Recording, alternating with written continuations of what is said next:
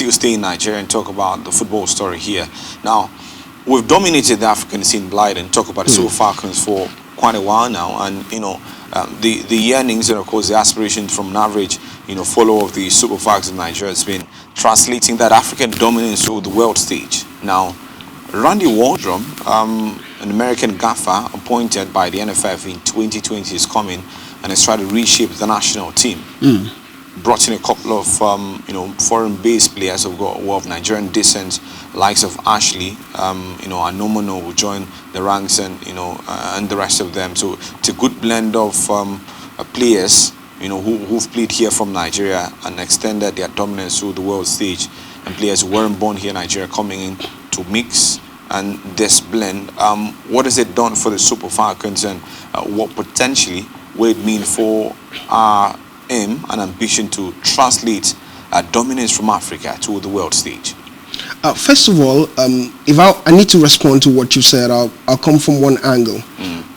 One, when the mixed culture, it brings about different awareness. You bring in players who are foreign grown up to mix with the Nigerian grown up players. It brings a different context in terms of facilities, in terms of how they were raised, in terms of how they look at football.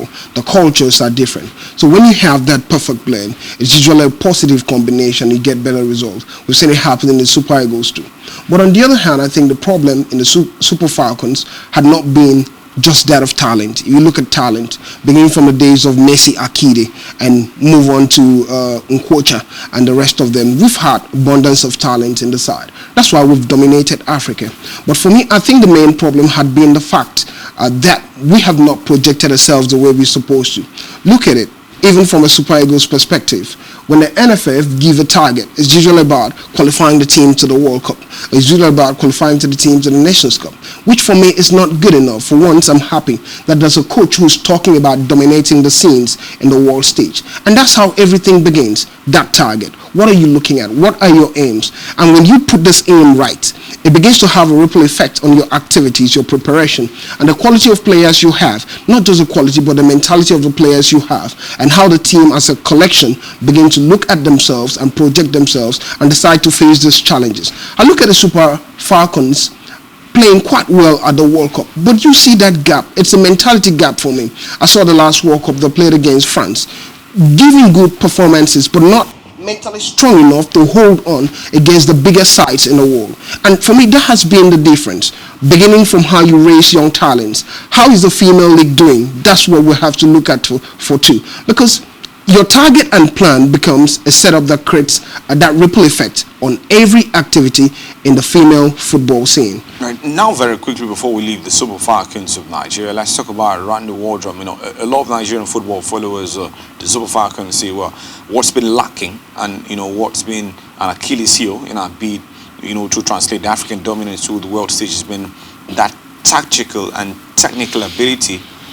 Something many say has been missing with coaches for the Super Falcons in the past, despite winning Africa. We're talking about the likes of Edwin Okon, Florence Omagbemi, and the likes of them. Now, let's look at Randy Waldrum, rather, and what he brings to the Super Falcons. That tactical and technical ability, that cutting edge, which differentiates us between, which differentiates rather in very fine details the Super Falcons and other world beaters and world champions. Do you see that in Randy Waldrum? For now, no. For now, no. Because all he has achieved has basically been what other coaches have achieved for the Super Falcons so far. It has to be with qualifying the team to World Cup. The other coaches have done that, or qualifying to the Nations Cup. Other coaches have done that. For the first time, I saw Jamaica beat the Super Falcons. A team like Jamaica beat the Super Falcons. It was under the new coach and the foreign manager. So for me, I think there's something. For me, I think he brings in the skills. He brings in the flair to the Super Falcons. We had not always been the mainstay of the Super Falcons going to international football. But he seems to leave the strength and the tenacity, that grit that comes with African football, which I think he ought to look at in that direction in terms of bringing that energy, adding it with the flair to have a perfect combination.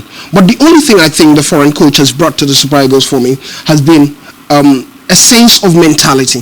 Yeah, well, like, no internet cut you short, but talking about the Super Falcons and now Randy Waldrum, one of the things he's done, there's been this complaint over the last 2-3 years.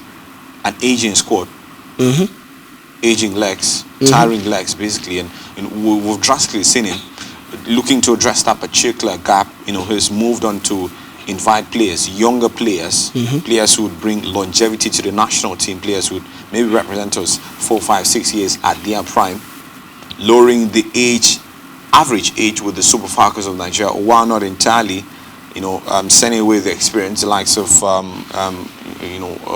Ngozi Okobi, the likes of Rita Chikwelu, talking, Osina Ocheohale, Rita Chikwelu, and the skipper of the side talking about Izzatu Shola, not forgetting Desire Baranuzi. This blend, how does it help the Super Falcons going forward? Surely it would. When you bring young players, football is all about progression, Brad James. Yeah. When you bring younger players to offset the older one, it's usually about that transition.